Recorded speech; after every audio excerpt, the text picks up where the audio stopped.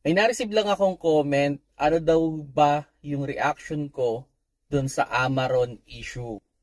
Hello mga paps, I'm Kuya Shane at kung pupunta kayo sa mga battery shop at itatanong ninyo doon sa nagbebenta, ano ba yung matibay na battery, usually ang sasabihin nila dyan is Amaron.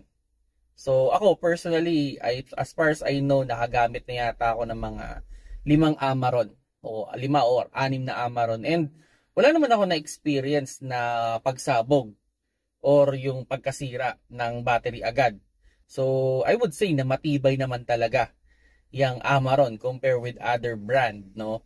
Ang nakikita ko lang problema dito kasi sabihin na natin yung mga tao, they trust so much the battery. Ang problema ino-overuse nila. So yun yung nakikita kong problema dito sa Amaron, no? So sabihin natin yung seller trust sila, yung buyer tinatrust din yung Amaron na matibay. Unfortunately, may mga pagkakataon na ino-overuse yung Amaron. Kaya yun, nagkakaroon ng problema. Doon sa mga senaryo na mga sumabog, halimbawa yung pinaka-last, hindi ko alam kung ano yung story ng battery. Pero ang napansin ko doon sa picture, meron siyang masking tape na may pangalan. Hindi ko alam kung ano yung nakanote doon. Ang question ko doon, yung battery ba is under observation? Kinilaim ba yung battery? Or may issue ba yung battery kaya may pangalan? So, yun yung tinitingnan kong isang issue. Kasi baka hindi naman yung battery yung issue, baka may ibang component na nagpapasira dun sa battery. Now, doon sa mga ibang pumutok, like for example, yung isang, as far as I know, L300 yata yun. Ang nakita kong problema doon, kasi sa L300, yung battery, nandun siya sa may bandang upuan.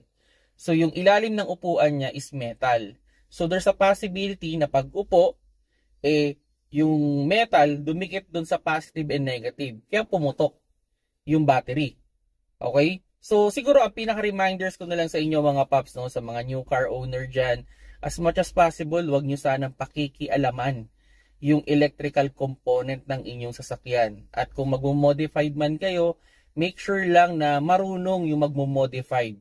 Kasi, yun nga, pag medyo bara-bara yung modification, may tendency na magkaroon kayo ng problema sa electrical, at ang pinaka-worst nga dun mag-cause ng sunog.